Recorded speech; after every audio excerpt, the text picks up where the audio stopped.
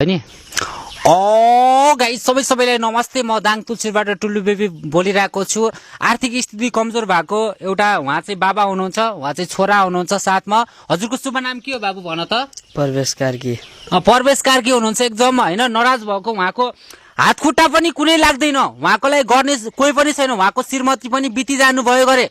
अनि प्लस यहाँलाई औषधि उपचार गर्नको लागि कुनै पैसाहरू कुनै रकमहरू केही पनि जुटेको छैन अहिलेसम्म। देश विदेशमा जति पनि बस्नु भएको छ, जापान, अस्ट्रेलिया, युके, हाम्रो प्रदीप दाई, नवीन दाई, अनि बाबु साहेब दाई, नवीन ओली दाईले सबैजनाले उहाँलाई सपोर्ट गरिदिनु होला, उहाँलाई हेल्प गरिदिनु होला। साथमा मिलिजको एकदम अवस्था कमजोर भएर दिशा पिसाब नै यही गरिराख्नु भएको छ यहाँले चाहिँ है।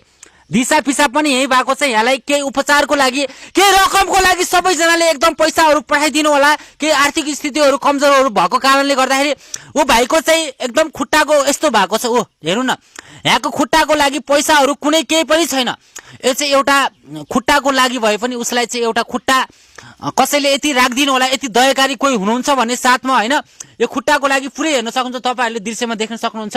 यो भाइको मलाई धेरै माया लाग्यो। यो भाइको पासमा खुट्टा पनि छैन, केही पनि सक्नुहुन्छ भने यो भाइले एउटा खुट्टा किनिदिने पैसा मलाई सपोर्ट गरिदिनु होला। म उहाँलाई रासन किन्न सकु, रासन पानी पनि किन्न सकु। हजुरको मम्मी सानै बित्नु भएको है। यो हजुरलाई खुट्टा चाहिँ के भएको?